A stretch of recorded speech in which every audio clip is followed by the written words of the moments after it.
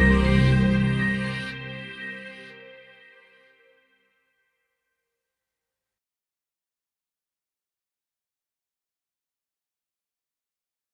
be live on Facebook in a minute, and we are. So shall we start now?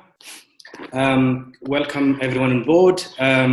This is our live webinar from the University Hospital of North Tees, our fantastic panel talking about our local experience with the COVID-19 trials. I've got Dr.Ben Prudon, who is a respiratory consultant and a local PI, Dr. Anil Sharma, who is an intensivist, and Victor Chu, who is a final year respiratory SPR, and the one and only Jill Deane, the lead for the research nurse team. So I will pass on the microphone to Victor. Please feel free to leave your questions in the box. We will leave a room for questions via the microphone in the end. Off to you, Victor. So good afternoon, everyone. My name is Dr. Victor Chu, a final year respiratory registrar in the northeast of England, and I have the privilege to introduce our esteemed speakers in today's session in regards to our experience with COVID-19 trial in Northeast and Hartlepool Trust. For our international audience, I would like to first introduce you to our trust. We have medium-sized DGH, and I'll share my screen just now.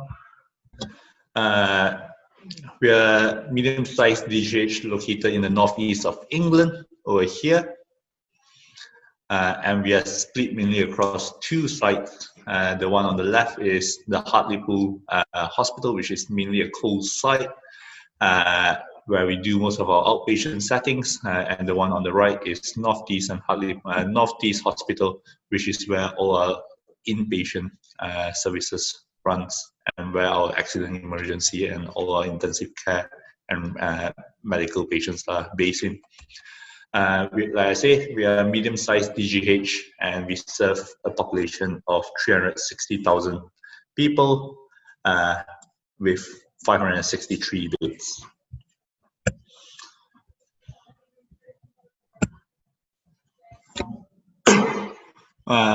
We are proud to be one of the highest national recruiters to recovery trial, and would like to stress that this is only possible through cross-collaboration across all specialties, starting from A&E and all the way to the critical care and discharge lounge. Our first speaker today is Dr.Ben Prudon, who is a consultant respiratory physician working in Northeast Hospital, as well as the local PI of recovery trial in our hospital. He will give us an overview on the projects we as a trust have been involved in managing the global pandemic, and how we became one of the highest recruiting sites in recovery trial. Over to you, Ben. Thanks, Victor. I'll just try and get everything sorted. So that goes into there. And oops. And okay, there we go. Thanks very much, Victor, for the introduction. What I will say is that the photos of our hospitals probably represent us not as being a particularly beautiful hospital, but what we don't have on the outside, we definitely are a beautiful, great team inside to make up for the picture of our hospitals. Anyway, so effectively, clearly this week has been an amazingly exciting week in terms of the management of COVID-19 hospitalized patients and really step forward in our treatment options. Now, that's been through recovery trial and a number of other works.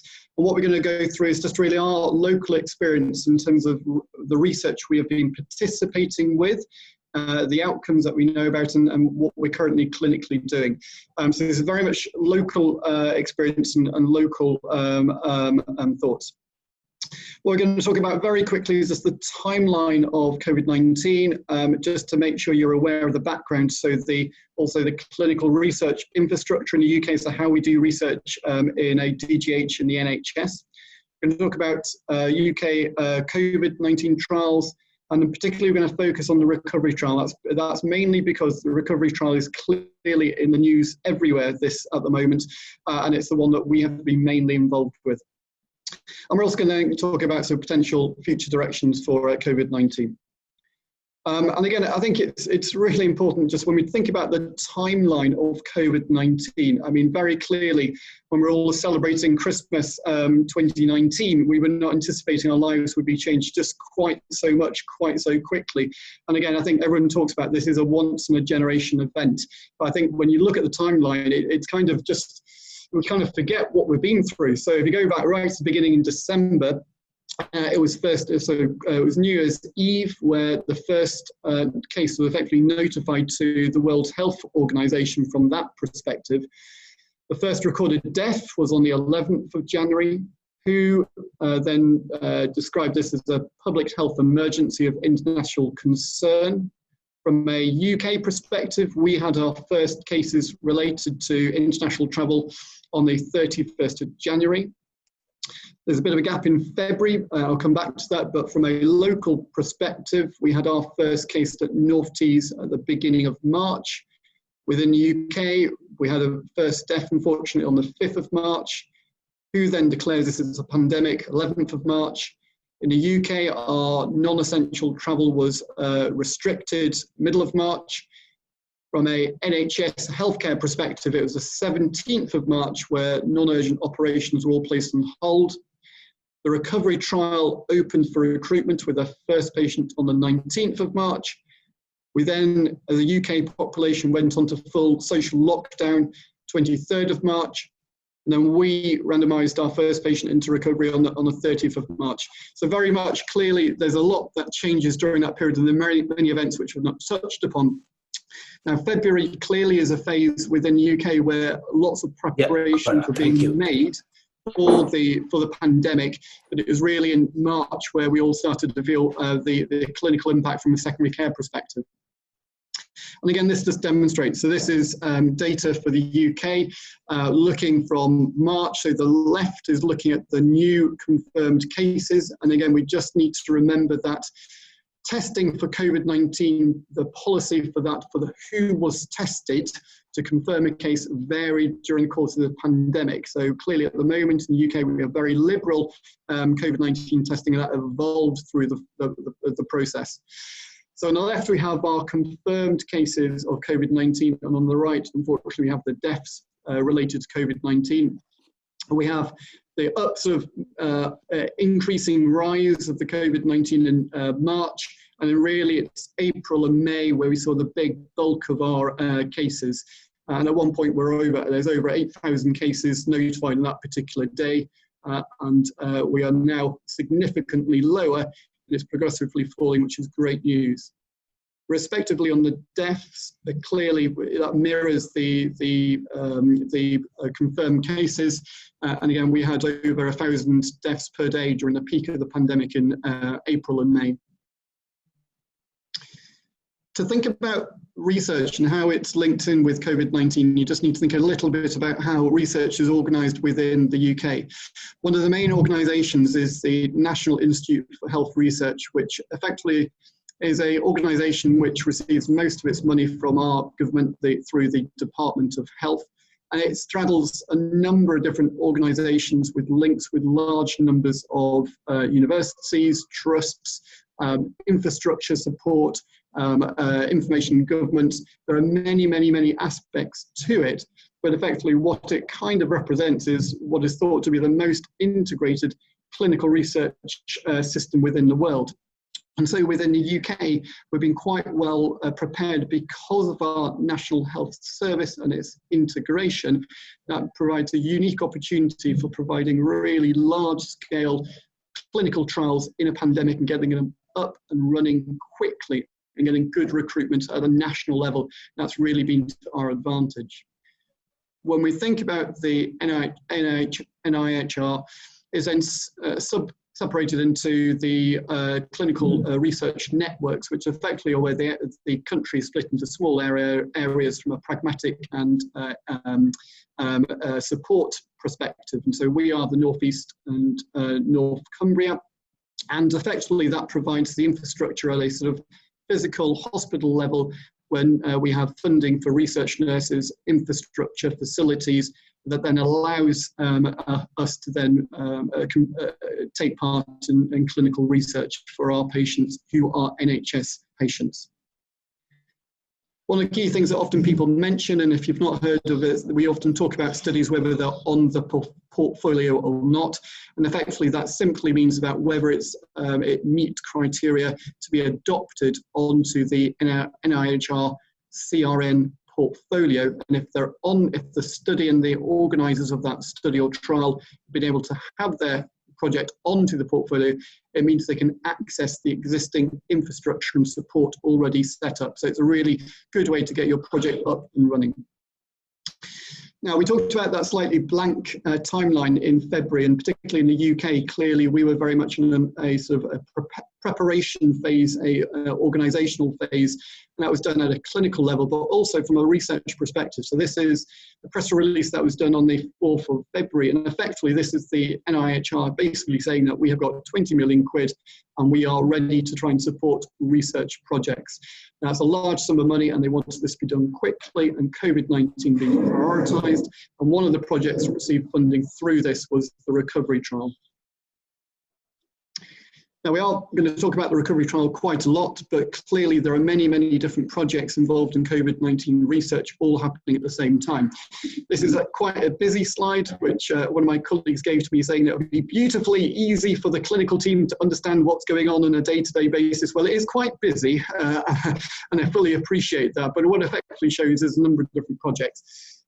What's coded is the beige type colour at the top are very much observational studies, so they're not testing a medical product or a treatment, they are simply collecting data on what is going on so we better understand that. Now, we have been, most of our patients who are tested positive for COVID-19 automatically get enrolled in some of these projects, and no consent is required, because it's all part of the approach to try and get the best understanding at a pandemic level. We then have the green ones, which are we have a number of different projects which are in slightly earlier phase. And I think effectively we need to remember that the projects and drug development go through a number of different phases before they come onto larger scale research options. These studies are testing a number of different projects. On this particular section over here, we've got studies which are looking at sort of recovery. We also then have other projects looking at REMAP-CAP. Now, REMAP-CAP is was an existing ITU multinational project which was looking at individuals who were severe enough to be admitted to ITUs with pneumonia, and it then had amendments to then be able to have additional arms to investigate COVID-19. So it's an additional project focusing on pneumonia in ITU, for which extensions put onto COVID, and many centres, including ourselves, were already running REMAP-CAP, and we've been able to continue with that, which is great. We also have a number of different sort of other projects. We have the Recovery RS, which is a different project, which is effectively looking at individuals who need significant respiratory support, about looking at different ways to define which might be the best option for them, whether CPAP or potentially early intervention with ventilation. But again, some of these projects we are involved with, some are not. So we are involved with REMAP-CAP, we are involved with the recovery, we're involved with a lot of the observational studies, but there are some projects such as the Recovery RS that we weren't able to participate with. And for particularly that study, we were already in a state of clinical activity where we kind of decided we were going with CPAP therapy at that point, and we weren't kind of in clinical equipoise, which is what you need to have as an organisation before you go into one of these trials. So there are lots of different studies which are taking place all across the board, and recovery trial effectively is the biggest of them all. It is the biggest trial investigation treatments for COVID-19. The recovery trial has changed as it's gone through the pandemic, and that is through design. So it's kind of what we call an adaptive protocol. So as new medicines potentially come out, new ideas with strong evidence that can be operated at a national level, they're being implemented onto the trial.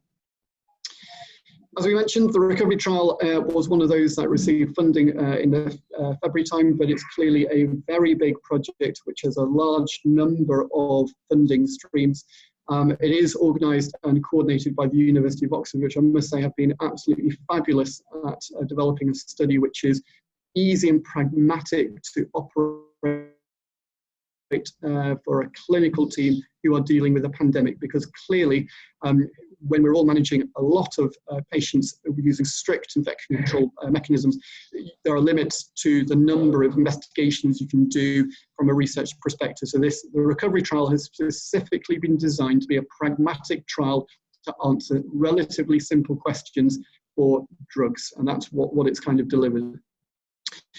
This was a very early recovery design flow print, and effectively at the beginning we needed adult patients admitted to hospital with proven COVID infection.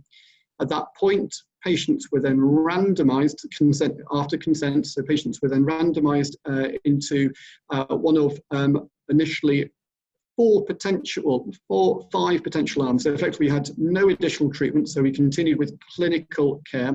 Then patients were randomized either to lopinavir, which is used for HIV, dexamethasone, which you'll be familiar with, and hydroxychloroquine. At the beginning, the central team were hoping to also investigate a inhaled nebulized therapy, interferon beta, which is used for MS, and there are some evidence to suggest that may be useful. Now, the trial never opened to that particular arm because they were not able to obtain sufficient quantities to operate at this level. So effectively, it was very much at the very early protocol, but it's never been operational. The primary outcome for recovery has always been death. So it's a very black and white criteria, and that's kind of what we've been investigating. This is a pandemic with significant mortality for those requiring in-hospital care, and these medicines are effectively being tested. Does it reduce in-hospital mortality? As things changed, the protocol gets adapted. So we then added the antibiotic azithromycin. So for those in respiratory medicine, we clearly use azithromycin very commonly for long-term suppression of individuals with chronic lung disease, and it works very well. And there's another theory that, again, it acts as a slight immunomodulator, anti-inflammatory medication, with evidence it may work with a viral pneumonitis picture as well. So azithromycin was added into the protocol, the interferon beta left. There was increasing recognition as we all went through the pandemic that there were definitely patients who were coming through the doors with significant respiratory compromise with definite COVID who did not have PCR positive disease. And so the protocol was changed so that then you could have an individual with clinically suspected infection rather than just PCR proven infection. So again, continuous changes to the protocol, and again, this was as they predicted because they wanted an adaptive design. We then, to make things slightly more complex, we then included the central team included a secondary randomization point. So we then had access to the anti-IL-6 medication tocilizumab, which theoretically may reduce some of that sort of massive sort of cytokine storm associated with the later phases of the infection. And so this was added into what we call a secondary randomization point. So an individual would become involved into the project, randomized to one of the first first 5 arms.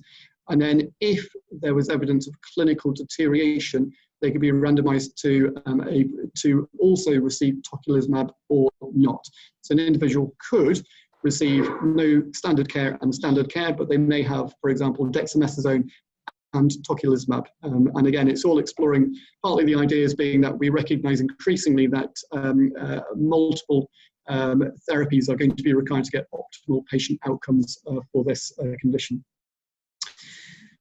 As time moves on, the protocol gets more complex, and there's an increased role and availability of convalescent serum plasma. So the UK Blood and Transfusion Service have been coordinating this, and effectively in the UK, the use of convalescent plasma is being investigated only through research and only through either the recovery trial or the REMAP-CAP trial, which is on ITU. And again, so an individual now gets randomized into recovery, and they can be randomized to either standard care or one of the existing 4 drugs. and they also then get randomized to receive convalescent plasma or not, if they have consented to that. So at this point, the consent process did change for recovery, and we needed to specifically ask if patients were willing to have plasma or not. You still have a secondary randomization point, so patients, if they then deteriorate, could also then later, or at the same time if they're very poorly, be randomized to tocilizumab or not. So as you can see, the protocol has continuously changed and evolved over the time. Recruitment has been very impressive, and clearly the central team were well aware at the very beginning this is a research project for a pandemic, and clearly there is no point getting research answers next year, because we all want to get answers within weeks, not in years.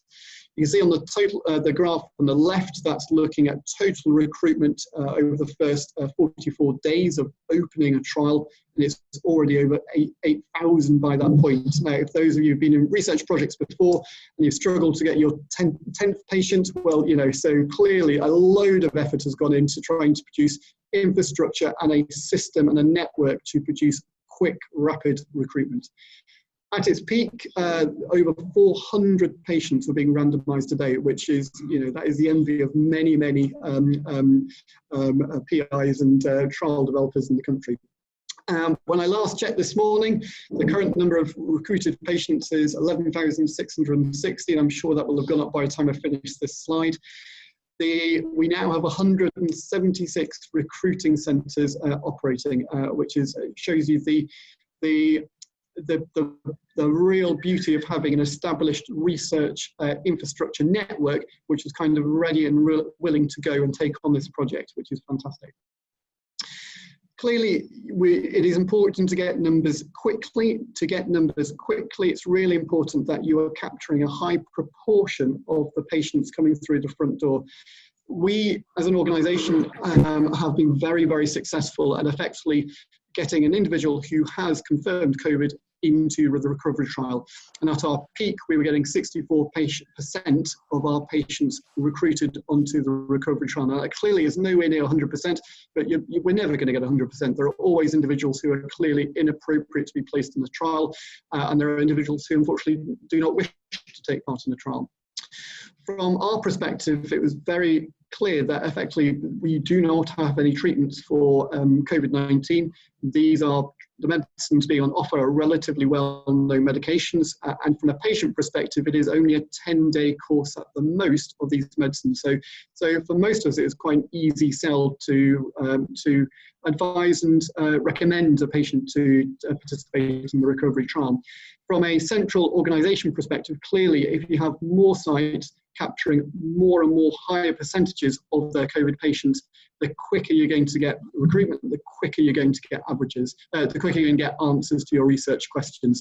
So as you will see, so this is a map of England. The darker the square, the higher that percentage of patient admitted to being recruited. And we are up here in that rather orangey type dot representing the northeast. As we mentioned, really the way that we've been successful in doing this is that there's a number of different elements to that. Now, effectively, there's no easy answer. It is all about teamwork. It's all about having a nice infrastructure put in place. One of the key aspects to this, which Jill's going to talk about shortly, is clearly research nurses are really important.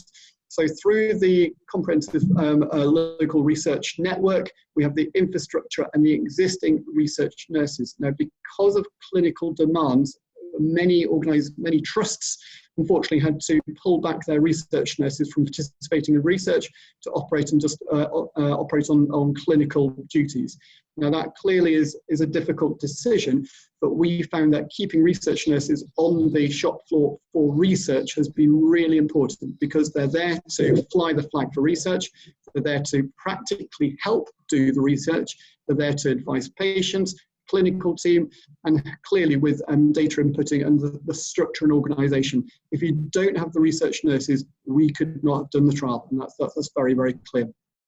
Coupled with that, we have been very successful in effectively just saying that effectively for all our strands of managing an individual who's been admitted with COVID-19 pneumonia, one of their standard aspects of care should be offer of participation into the recovery trial. This is not a potential, maybe, might suggest it to the patient. This is very much, this is a good thing to do. We would highly encourage you to take part in it. And that's been very successful. To do that, we have had to have a very highly motivated clinical team.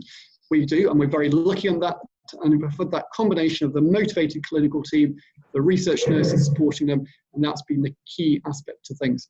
And on top of that, other aspects is we've had direct links with microbiology, so COVID, so that allows us to try and track and ensure clinical teams are updated. And again, we are very visible on the wards, so lots of visibility to remind the motivated clinical team that research and recovery is here for them. This is some of the open access data which is available via the recovery website, and this is some of the analysis that's done for their 10,755 points. So there's patients being randomized into the trial at entry, and the data is kind of what we've all now really been seeing. We've effectively got a male predominant, 63%. We've got a late middle-aged individual. We've got about 9 days of symptoms before symptom onset, and you've been in hospital for a short period of time. Out of those who participated, a quarter did not need oxygen support, 2/3 did, and 14% were on ventilation or ECMO. So the vast majority of these patients were on oxygen therapy. Now that there is a slight grey zone in that particular data because the data entry didn't allow for CPAP support at the point of randomization. So some of those that say supplemental oxygen only, at some points that may also include some CPAP patients. Prior disease, again, this is kind of what we all know. So there's a high incidence of diabetics, those with cardiovascular disease, and also a significant portion of lung disease. Now, I think, actually have found that prevalence of lung disease being comorbid is actually probably less than the diabetes and cardiovascular disease. Very much the beginning, from a respiratory perspective, we thought all our chronic lung disease patients would unfortunately been coming in, but pleasingly, that's not been the case. When you look at some of the outcome data, again, this is very early data based on some of the data. Again, it is similar to what we'd expect. So if you look at age, you can clearly see that the chance of death is significantly higher the older you are. So it's up to 40% for those aged 80 or more, and it's down at less than 7.7% for those less than 50 years of age. We've also got a male predominance as well. And clearly, the sicker you are when you come into hospital, then the more likely you are to die, unfortunately. And again, from risk of death, heart disease, diabetes remains up there with the chronic lung disease. When you look at secondary randomization, so this is when you now are being randomized to tocilizumab or not, we again see male predominance, late middle age. And when we look at those, we have got a CRP about the 170 mark, which I think is a very common finding of a high ferritin, but we don't have AKI. And I think that probably is what we all sort of recognise. So clearly, lots of work went on to getting recruitment very, very, very quickly. And the first formal but provisional results came out on the 5th of June, and this is related to hydroxychloroquine. So clearly, before this was done, there was some some significant concerns that use of hydroxychloroquine for hospitalized patients may increase mortality, but they were all non-randomized controlled trials. There was a lot of discussions with the regulatory authorities between the central coordinating team for recovery, and there was a review of the data at that point, and the independent committee decided there was no reason to stop recruitment. And so recruitment of recovery into the hydroxychloroquine arm did not stop at this point. Subsequent to that, it was felt that at the next review, there effectively was enough data to suggest there was no benefit. So this is specifically, again, for the management of hospitalized patients with COVID. And at this point, there was a clear aspect that there was no benefit. There was potentially a trend, if you look at the data, that there may be some trend to negative results, but that was not statistically significant, but there was definitely no benefit. And the whole point is try and produce a trial that produces, is this treatment useful or not? And clearly, the central team demonstrated hydroxychloroquine was not useful. Clearly, this week has been very exciting. So dexamethasone came out. So last week, we were told that from a central perspective, recruitment into the arm for dexamethasone was halted. And that was not because of sudden early results of sudden release of results. It was because there were sufficient numbers. When we think about the randomization into recovery, there has always been a randomized to standard care and a 1-1-1 basis to the other arm. So there's always an excess of the standard care to compare the outcome to. So for the provisional results that have been released, we know that the data is on 2,100 patients who received Dex, 4,300 patients randomized to usual care. When we look at standard care mortality, it's what we'd expect. So if you're on ventilation, it was at 41%. If you are requiring oxygen, 25%. If you didn't need respiratory intervention, 13%. And so when you look at the impact from the dexamethasone, this appears to reduce the death rate by 1/3 for ventilated patients, 1/5 for those requiring oxygen support, but there was no significant advantage to those not needing respiratory support. And the oxygen prevented by treating around 8 ventilated patients or 25 patients requiring oxygen therapy alone. So clearly that was a very significant result, and many people are very excited by this, as we all are, because clearly dexamethasone is a drug which we all have. It is cheap, available, and seems to have a significant impact. From our starting points, we did have some concerns from our diabetic colleagues about the potential hyperglycemic risk factor from the dexamethasone, and we did develop an SOP for monitoring BMs, but as far as I'm aware, we've not had any significant issues with that, and I'm sure data on that will be produced by the central team at a later point.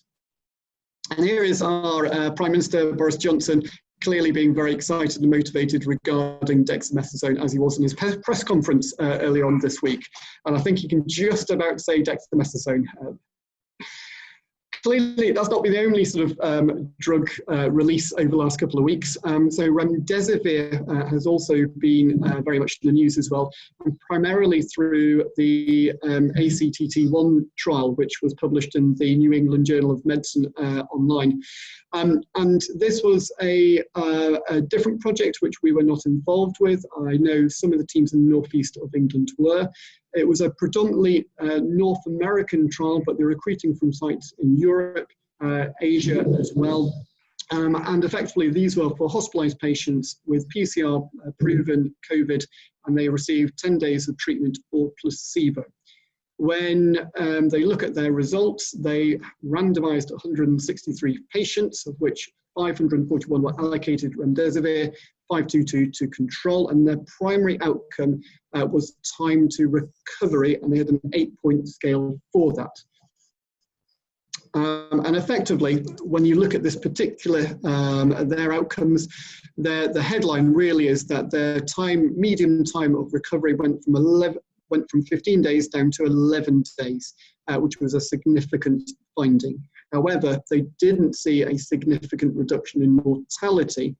And when they went through in a little bit more detail, there clearly is an advantage of those who are receiving oxygen therapy at the point of initiation, but those who are already on ventilation or ECMO appear not to receive as much benefit. So it's a really interesting trial. As with all trials, there are always ifs, buts, maybes, and there is always some controversy about all studies. So with this particular trial, they did change their primary outcome from a 14-day point to the actual point it is now. And that was partly through their wording of a recognition that the COVID-19 disease is a slightly more prolonged phase than they anticipated, and that primary outcome analysis was changed before analysis of the data. There is also some controversy that the study has actually been sort of provisionally released in terms of results, but the analysis which has been released is based on at the point where the study effectively was stopped for recruitment, but the outcomes of all of those patients randomized wasn't known at that time. So these are provisional results, and there will be more results coming, but what it seems to appear is that there probably is some benefit for those requiring oxygen support, and it doesn't seem to be a significant harm. So that's promising. Because of that, in the UK, we then had, as an NHS institution, we then had potential access to using remdesivir clinically through the MHRA. So there's an early access to medicine scheme for treatments which don't yet have a license, but show clinical promise. And so effectively, this has now been used at a number of different hospitals, and we are one site which are using remdesivir at the moment. Because it is not licensed, there is clearly a very strict monitoring process, so it clearly is not being used on a trial basis, but there is significant data which is collected on its use to help identify where its role is. So once we come back down to recovery, so we now know that hydroxychloroquine is no use. We now know that dexamethasone is good, but it's not the end of the story. So at the moment, our patients are randomized into recovery, and if they're not already on remdesivir, they are randomized to standard care, lopinavir, or azithromycin. They then get randomized to receive convalescent plasma or not. And if they deteriorate, they then at a later point, or if they're very poorly at that point, get randomized to tocilizumab or not also at that time. So the central team really are sort of moving on. So we've moved away from the 5 drugs initially, and we're now moving really on to the plasma query, the tocilizumab query. As anticipated that the trial design will continue to evolve as we go through the next few months. So our clinical approach at the moment, based on what we found, is we advocate a very thorough clinical assessment, frank, open discussions on treatment escalation suitability. That's very important.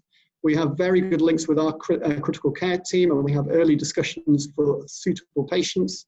We, as a NHS institution, are also using higher dose, low molecular weight VT prophylaxis, which is weight-based. We aim for euvolemic fluid status, and we have significant respiratory support that we use CPAP, and we do that with early proning. Now, in addition to that bundle, if patients are requiring oxygen, we give dexamethasone, but we monitor BMs. We also then assess their suitability for remdesivir, and we then hope to get them into the recovery trial, which may give them a structured approach to providing azithromycin, possible use of plasma therapy, possible use of tocilizumab. So again, where we are now in terms of our approach to patients is very different compared to where we were 6 weeks ago, and our approach may well continue to change. So we need to say just a very big thank you to all the patients involved, all our incredible clinical teams. The central recovery team have been fantastic, and also I have to say a very big thank you to our research nurses, and Jill will come on to that in a moment. So that's really it from me at the moment. Thank you, Ben, for your insightful summary of the trials and how we combine both clinical and trial therapy in clinical care. We'll next hear from Dr. Anil Sharma, intensive care consultant, on the ITU experience and perspective in regards to clinical trials in Northeast Hospital. Over to you, Anil. Thank you very much, Victor. And let my screen share with you first. Yeah. Sorry, after that technology glitch, Ben has already put a lot of work on this research, and he had very nicely explained on the research pathways, which is the benefit. What I'm trying to get the message across, to have a pragmatic approach of the research, how this research has helped us in this problem that we faced recently. Basically, this sentence, in my opinion, sums up very nicely what we faced recently, that we had very few known knowns. We had some known unknowns, but most of them were unknown unknowns. Just a bit of insight into what we faced, that what I call it unexpected. We are a district general hospital in the United Kingdom with a 17-bedded intensive care, which is kind of a bit large intensive care for the size of the hospital we have. We have 30 to 40 level 3 per month, and we don't have any ECMO facility in here. So right at the beginning, we were told to prepare for the surge preparation of 34. And then within a day, we got a message that we need to be prepared for 51. What we can do, move to recovery and theaters. Then in the April, we got 33 cases, and they came in very short space of time. On the trot, we had 19 COVID and 21 non-COVID at a time. On those dates, we had 220 cases in the trust and half in the respiratory side. Our cases start to coming thick and fast from 20th of March, but we got surge in the April between 5 and 15. Definitely, we had a 17 just on one day.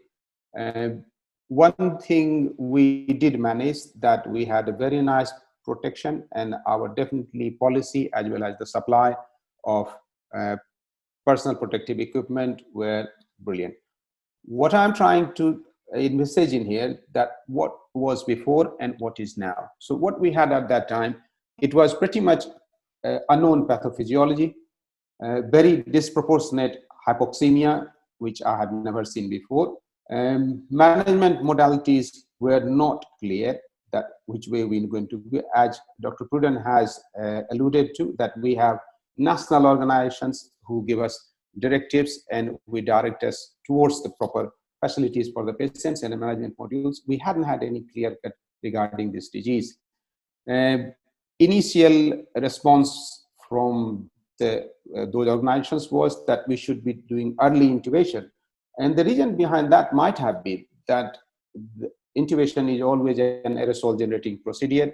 If we keep longer on an IV, then it will have more risk to the healthcare professional, and therefore we went for early intubations. Yes, steroids, anticoagulants, and when the cytokine surge happens, these were the things they were always quandary that what to do. Where we are now we know that this wasn't a typical ARDS, completely different from the acute respiratory syndrome that we see, hypoxemia that we see. Basic change we saw in the lungs was in the elastance. That tells us how to manage a patient on the ventilator. I'm talking about ventilator, that most of the patients, they slip through the respiratory ward net. There they are managed with non-invasive ventilator or nasal high flow. When they come to us, sometimes we carry on with non-invasive, then we go on to the ventilator. So what we perceived in here, that the elastance of these patients with a very bad lung, very bad high shunt, and a difficult BQ mismatch was not easy to manage at the oxygenation point of view. What we saw now, that microvascular thrombosis was the predominant feature in almost every case. Remdesivir, as Dr. Prudon alluded to, came lately, but in my opinion, I didn't see any definite benefit at that I can say.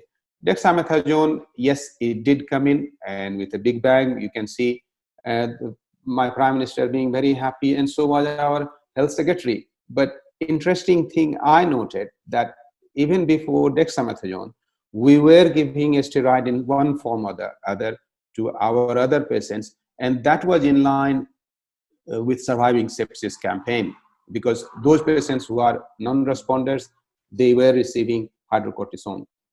So a bit about immune modulators, hyperinflammation or cytokine syndrome or HLH, whatever you call it, that was the worst kind of acute scenario we faced in intensive care. Now we have a better understanding of it, and now we have, as Dr. Prudon said, that in some of the cases we use tocilizumab as well. The numbers were so small that I have very little to conclude from there. So come to the role of research in this one. Yes, it has been very helpful that as we sailed through, so we knew our waypoints. There are large trials which are national and multinational happening. It takes a long time, but surprisingly, in this COVID period, we got quite a lot through the intermediary data, and they were quite helpful. Like you can see, hydroxychloroquine, initially it came as a big bang, then we stopped using it because we had MHRA on it, that it is not very helpful. And the best thing I found was the peer-reviewed good quality studies and observations from different people. I wouldn't go in too deep into too many, but I will allude to some of the very meaty ones. I say that they were pragmatic and they helped us in changing the patient's care in here. So recovery trial, REMAC-CAP, and the solidarity. Solidarity is the one run by the WHO. We haven't got anything definite from them. I just put up this slide because that was our initial strategy without having any trial data or those research data. So it was more or less towards the conventional management of ARDS, and it was first in the line of many that we see. If we come to the next one, which made a huge difference in our intensive care management, it came from Gattioni's idea of phenotypes. So what he envisages that these patients with COVID and pneumonitis, their lung changes are a bit different from those pneumonia or any other types of ARDS. And the root cause of that was elastance. Elastance of lung can be low or can be high. And on that, we decided to have class patients as two types. And this is the slide from a webinar, a bit busy, but it's quite handy because it worked throughout our management process. So basically, as you can see on the top, that we went on after intubation on the patient's compliance, if the lung compliance is good or no good. So if the lung compliance is over 40, then your patient go on the low side. Prone positioning always helps, and high peak wasn't great for these types of patients. So we aimed for saturation of 92, anything less than 92 and a high 502, we put on a high peak. And that was the way to manage these patients. However, if the compliance was less, then definitely these were the patients who were again prone, but this is the phenotype hedge, which was classed was like PEEP responsive, prone positioning. So the main difference in here was that if the patient goes in the phenotype L, which is a low type, low elastic, then they will be prone responsive, not as much as the other one, which will be PEEP responsive. So that was definite benefit from the trial. The next benefit that we saw was the understanding of microvascular thrombosis. Like we were seeing very high D-dimer values in almost all of our patients, and it was quite unseen from the previous ones. Many patients, we did CTPA in the intensive care as well, and with the help of our friendly radiologist, many had scanning of the leg veins and the deep veins as well. We didn't find any pulmonary embolism, and similar thing was thrombosis in the peripheral veins. But all these patients had definite and very disproportionate hypoxemia. Again, there is an article that came from buy-in in thrombosis and prophylaxis. Thromboprophylaxis, if you see at this screenshot on the right 3 bars, you can clearly see that as the number of multiples of D-dimer goes over 4, the bar on the right shows the death. So the death rate increases as it is. So that gave us understanding that if the patients have higher D-dimer, they lead to death. So definitely we need to work around something to sort that one out. This is a guideline which mostly we followed, and basically what it is that we increase the dose of our anticoagulants away from going away, very much far away from the prophylactic dose. We went close to the therapeutic dose. So if I take you to the next one, yes. So that was the one. Then remdesivir was another one which came in later on. Dexamethasone, we started giving in all hospitalized patients. We're giving now. Maybe in future we will have something as an immune system. As I was talking in anticoagulant, definitely it helped a lot. I was talking to my intensive care colleague only today, and it is although a very small sample, but we were thinking that if we had escalated a bit early, perhaps we may have a bit better. However, our intensive care's mortality, which will be presented to the trust, is better than many trusts in the surrounding area. So currently we are by the research, we are guided by the anticoagulation, and basically D-dimer is our guidance. So if it's over 5 times, we escalate in the dosing, and we monitor it by anti-factor 10A level. So this is our therapeutic level, which is 0.4 to 0.1. What is our understanding now, that if D-dimers over 5, then we go beyond prophylactic, and we are in therapeutic range almost most of the time, and it has helped the patient. Although it has come up after a lot of help and support from our respiratory colleagues and our regional hematology as well. I do want to allude to this article, which really took me and it helped me, and it made me believe that how good the research is. It's basically a postmortem study from Germany, and for first 12 consecutive deaths of COVID-19, and they did very, very meticulous postmortem. So every patient who had COVID death, they had scans post-death, and they had microscopic postmortem, and they crushed the organs to see the load of the virus in different organs. And this proves that it's such a positive outcome, that definitely it has paved the way for so many ways of thinking about this the disease, which we don't know in the past. In fact, in this postmortem study, they have concluded that microvascular thrombosis in the periphery was quite common in most of the cases. With that, I will like to thank you all for your attention, and thank you, Victor and Ajmi, for organizing all this.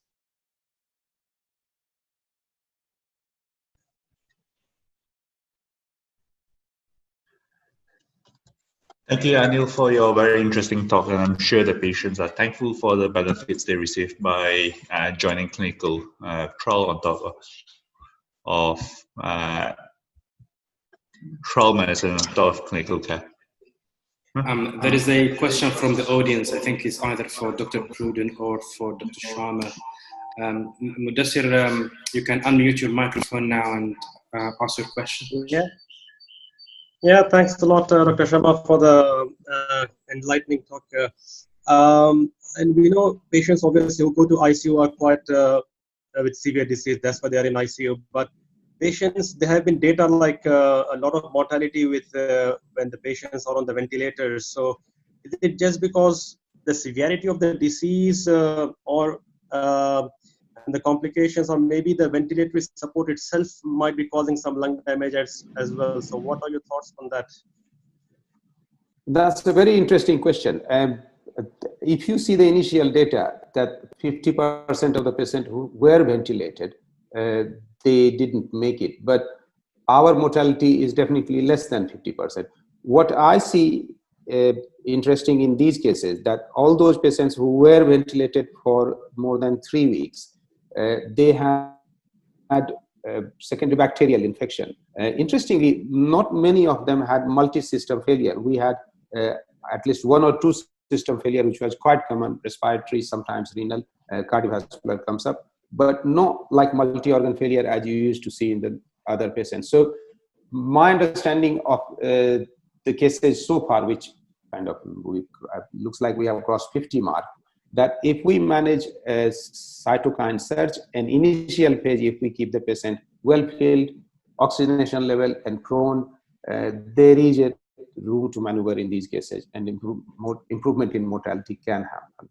So just to conclude for your question, that I don't think that disease itself was a problem, but our understanding how to go around this thing. And ventilation I would say that if PF ratio goes down, then definitely ventilation does help, rather than leaving patient on a non-invasive one. Thanks, Dr. Sharma. I've got a question for both of you and Dr. Prudon. Microvascular thrombosis seems to have a quite significant role in pathophysiology, but no significant incidence of large volume pulmonary embolism or deep thrombosis. Do you have any comments on that?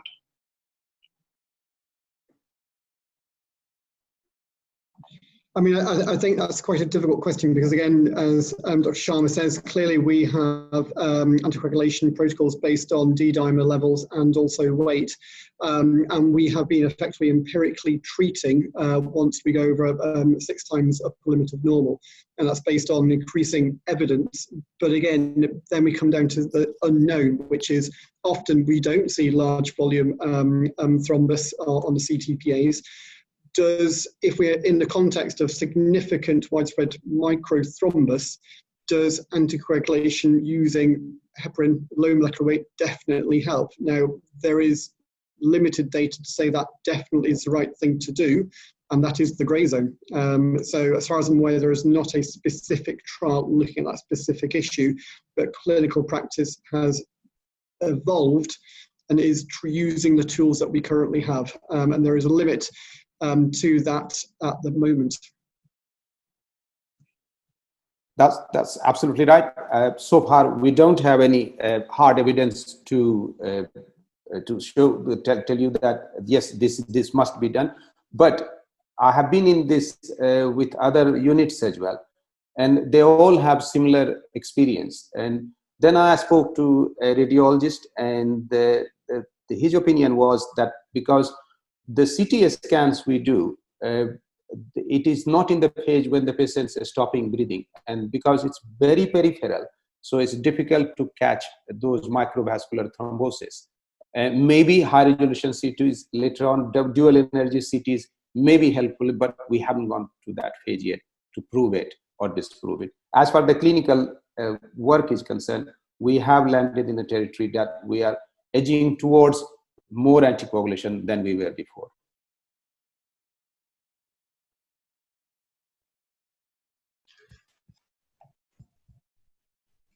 We will now hear from the amazing Jill Deane, our lead research nurse, on how the research nurses have played an integral role in supporting the clinical team and how this was different from other research conditions. She also gave us a brief overview of the patient's experience undergoing the trial. Over to you, Jill. Thanks, Victor. I'll just share my screen.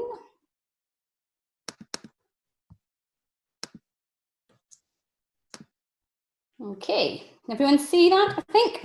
So I think you're already aware that research does improve patient outcome, and this is for all patients, regardless of whether they're involved in research at hospital sites. And research nurses really are at the forefront of the research process.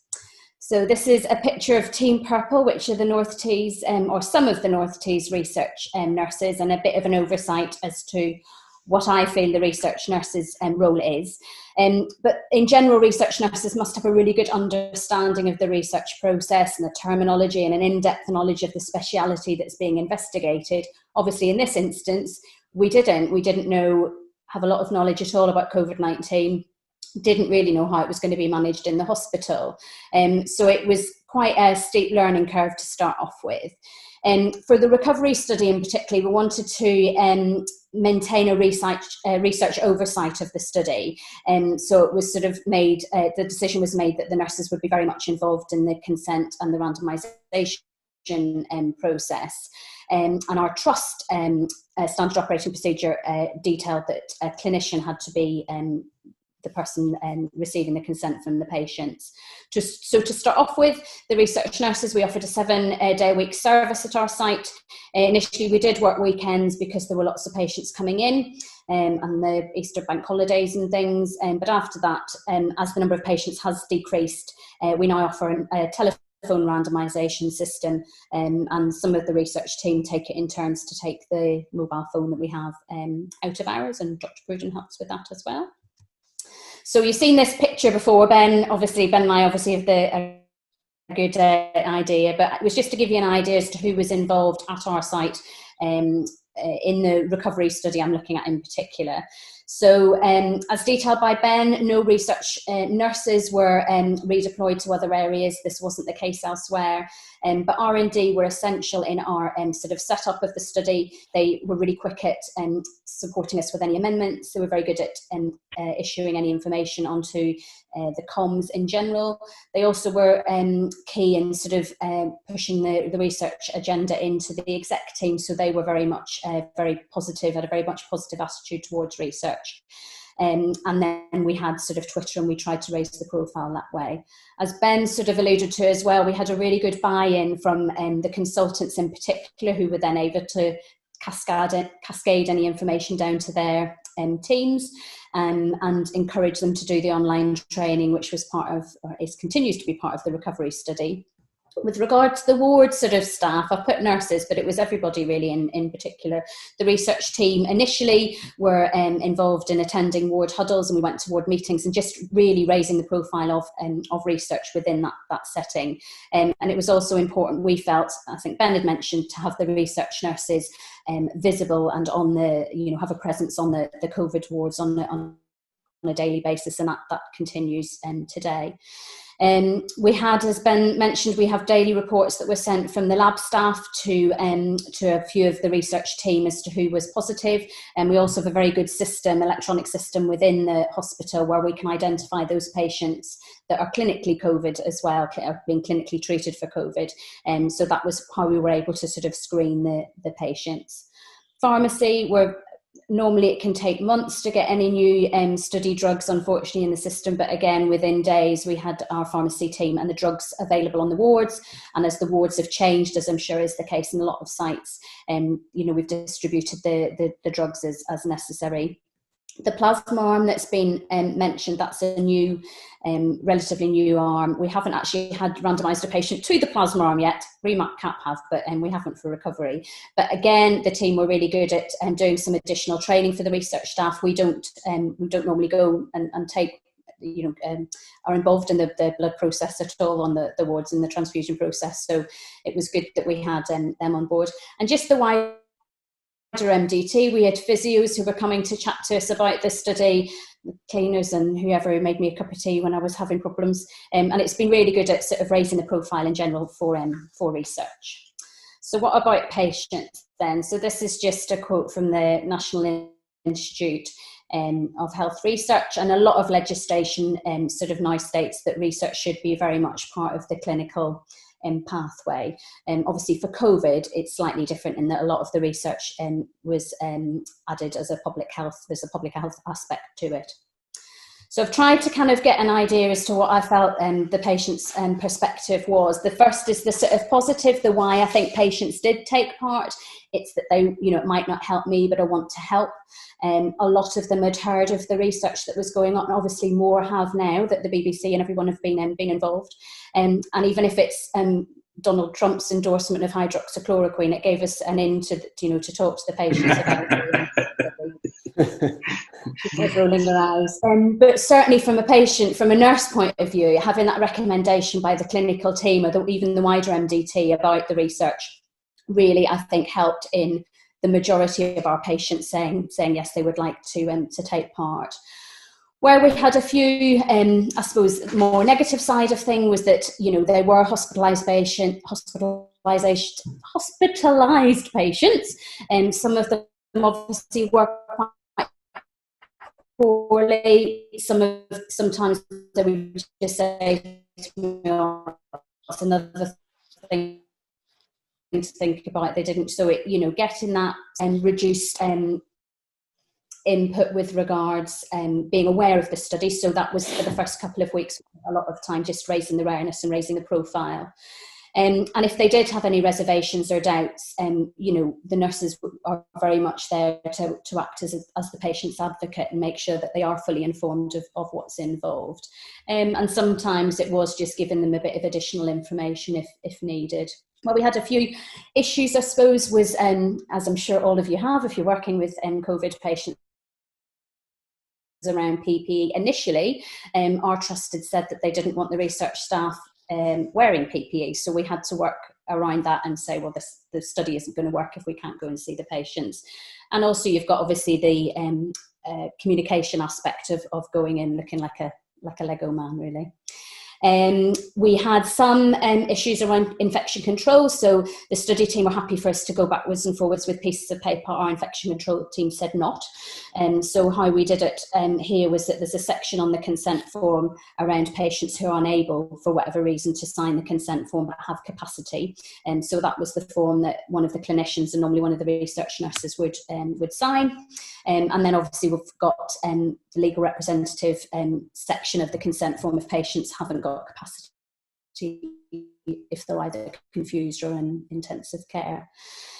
And just in general around the ward being, the ward and intensive care and A&E and the admissions ward being very busy environments, I think we were very aware of not wanting to sort of get in the way. And I think as a research nurse, you kind of learn how to win people around. But very much for this study, the clinical teams were very much on board, and we didn't feel we got in the way, not all the time anyway. So looking at from a clinical point of view, if nothing else, I hope that the whole of this talk today is giving you an idea of what you're wanting to do and to get involved in research. These were just some of the questions that I thought might be quite useful for clinicians to think about, really. But yeah, see what research is happening. So with regards to that, I looked at sort of some of the opportunities that doctors can get involved in research. So there's free training, which I'll come on about just on my next slide. You can do as much or as little as you want. With recovery, there's some online training that's quite useful, which means you can help with the consent process. It does open up an alternative career. Research was never what I was planning to do a few years ago when I started my nurse training. So it does, for a variety of reasons, give you a better understanding. And obviously there's the additional qualifications, and it does make your job more interesting. So just, let's go. I've lost it. So there's another, do you know where my slide's gone? There is some free face-to-face training which we can circulate, but that's the rest of the team, not in our purple, in our day-to-day kit. And that's all I need to say. Thank you, Jill, for the delightful talk. We've got a question from some of the attendees. So I think it's probably best answered by either Ben or Anil. So it's quite an interesting question. It's about, can dexamethasone be used in non-respiratory COVID like GI or derm COVID related conditions? So I would probably suggest that it shouldn't. Looking at the recovery's early data, again, the benefit, and again, this is a mortality benefit. So remember that individuals are dying, unfortunately, not from diarrhea, they're dying from severe respiratory failure. And for those who need oxygen, it is of benefit. If you're not needing oxygen, you do not benefit from Dex. So therefore, I would probably elaborate and just extend that if you just have non-respiratory COVID symptoms, you're not going to benefit from Dex.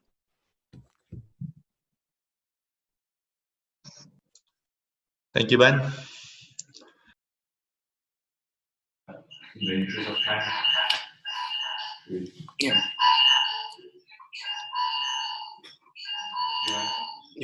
So thanks everyone. I think we have passed the 1 hour mark, and we know that all of you and us, we've got commitments in the afternoon. But if there are any more questions, there are lots of questions on the Facebook page. I'm just going to email them to you and then relate the question to the audience. But it's been very informative and useful. Thanks for your time.